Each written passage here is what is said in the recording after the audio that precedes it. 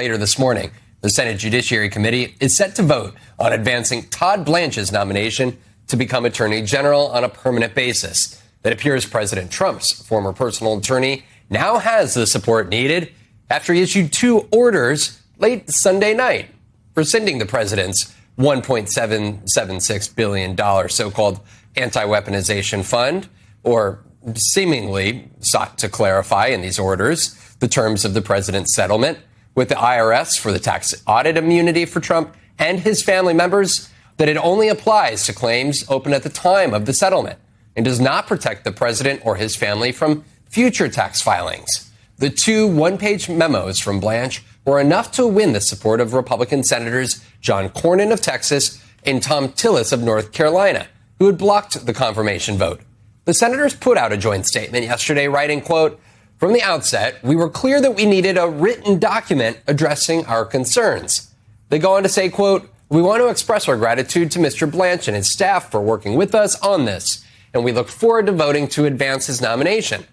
But this morning, there are still concerns about legal loopholes the president could use to restore the nearly $1.8 billion taxpayer fund.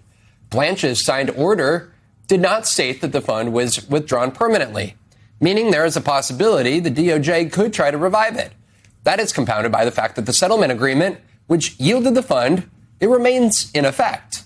Blanche didn't publish any document signaling that the agreement has been voided. In fact, the text of the agreement specifies that it may be modified only with the written agreement of the parties, who are President Trump himself, his 2 eldest sons, the Trump Organization, and the IRS. And we heard the president in the Oval Office yesterday defending the fund. MS Now White House reporter Jake Traylor yesterday asked the president about Blanche's orders. Mr. President, did you sign off on Todd Blanche rescinding? I didn't look at it. All I know is that Todd Blanche is great. He's going to do a great job. Everybody knows it. And I understand there's been a sign-off. But I don't know what they agreed. I think Todd Blanche agreed to reconfirm things that he's already said. And what he said was okay. Are there other avenues you have supporters get paid potentially if it's not the anti-weaponization fund? Is there another Who are you with? I'm with MS Now, sir. You who? MS Now. MS Now? Yes, sir. What a terrible show that is. They have the worst people on that show. Are there other avenues that you want to see people? No, there's no other avenues that I know about. Go ahead. Bless our colleague Jake Traylor for getting the questions that needed to be asked to the president there. Let's bring in MS Now congressional reporter Jack Fitzpatrick. Jack, good morning, my friend. What are you hearing about what folks should expect this morning out of the Judiciary Committee vote on Blanche's nomination? Blanche is going to sail through this morning. You can expect extremely likely a 12-10 party line vote at 9 in the morning. Democrats can't really do anything about that at this point. It sounds like they're going to drag it out. They have a lot to say. They can make a lot of statements pointing out that the agreement negotiated by John Cornyn and Thom Tillis is not much of an agreement. This doesn't change the parameters that already existed when it comes to the president's immunity from IRS audits. It doesn't preclude the possibility of reviving in the future settlements for financial settlements for people who may have attacked the Capitol on January 6th, if that's where you thought the president was going to send his $1.8 billion.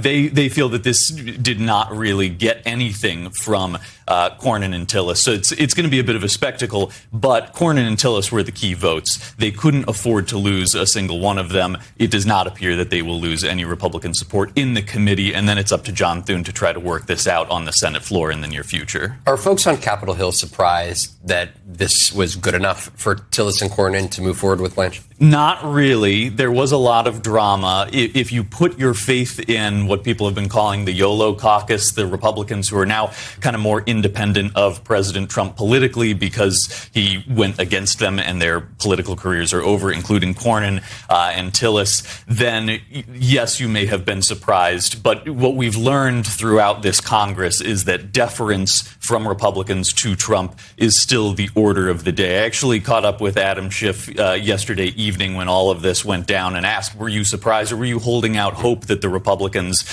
Cornyn and Tillis, would help you out? He said this isn't surprising at all.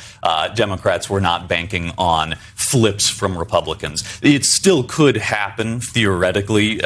We don't know exactly where Susan Collins, Lisa Murkowski, and Bill Cassidy are, but they were basically using Cornyn and Tillis as their front. And if those two vocal critics of Todd Blanche have flipped, then, things are looking good for Blanche. And Cornyn and Tillis, they're already on their way out at the end of the year. This is essentially their last run in the Senate. Susan Collins, she's running for re-election. We haven't heard her say as many controversial statements against the president over the last months as for the rest of the legislative schedule. I know we're only 3 months out from the midterms.